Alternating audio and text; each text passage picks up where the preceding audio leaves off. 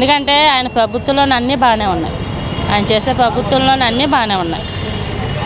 మొన్న జగన్ వచ్చినా కూడా ఆయన పథకాలు ఎట్టి ఇవన్నీ పెంచేదే తప్ప ఏంటి ఇప్పుడు ఆయనకి ఎందుకు ఓటు వేయలేదు? పథకాలు ఇచ్చేది ఆడవాళ్ళు ఓట్లైనా పడాలిగా, ఆడవాళ్ళు ఓట్లు పడాల.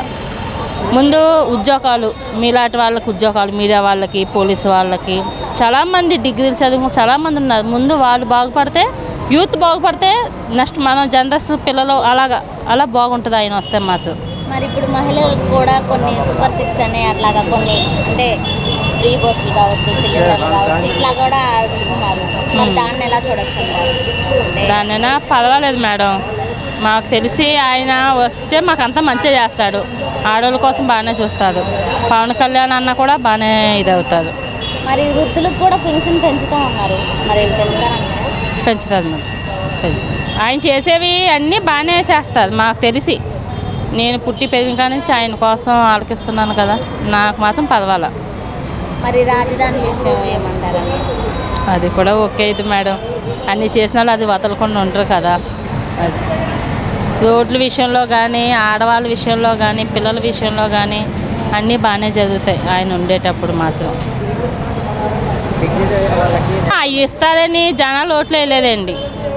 ఆయన ఇస్తాడు, ఈ 15,000 ఇస్తారు, 1,500 ఇస్తారని ఓటు వేయలేదండి. ఏంటి ఆయన ఫస్ట్ సీఎం అయ్యేటప్పుడు ఎన్నిసార్లు సీఎం అయ్యేదో నాకైతే తెలీదు.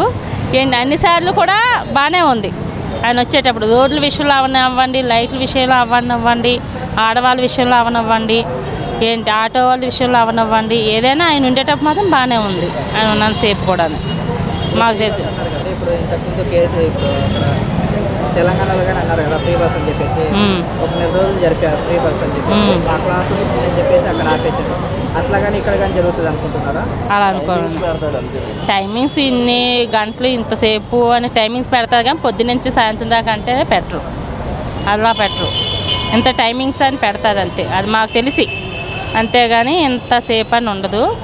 తర్వాత పర్వాలేదు అనుకుంటున్నాం మేమైతే.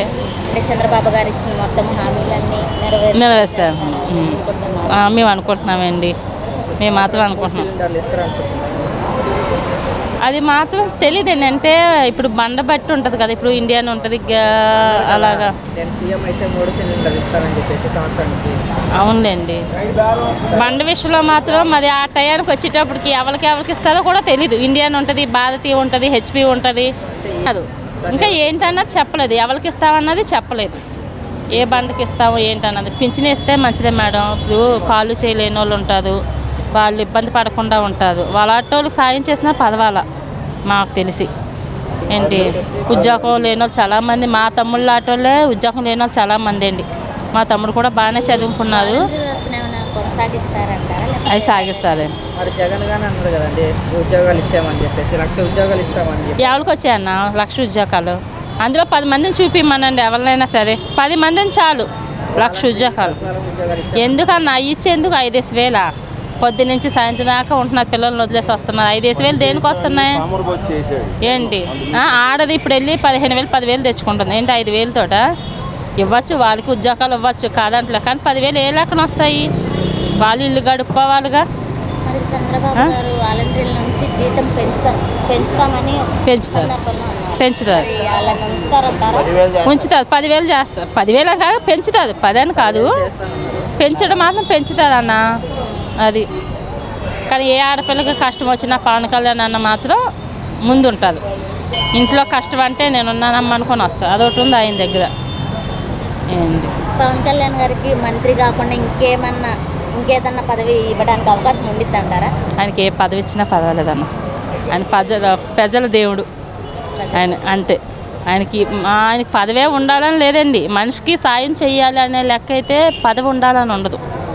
ఇప్పుడు నాకు నేను ఒకరికి సాయం చేయాలంటే పదవిలోనే ఉండాలని లేదు కదా. నాకు సాయం చేయాలనిపించింది నేను చేస్తాను, ఆ లెక్కన పవన్ కళ్యాణ్ అన్నది.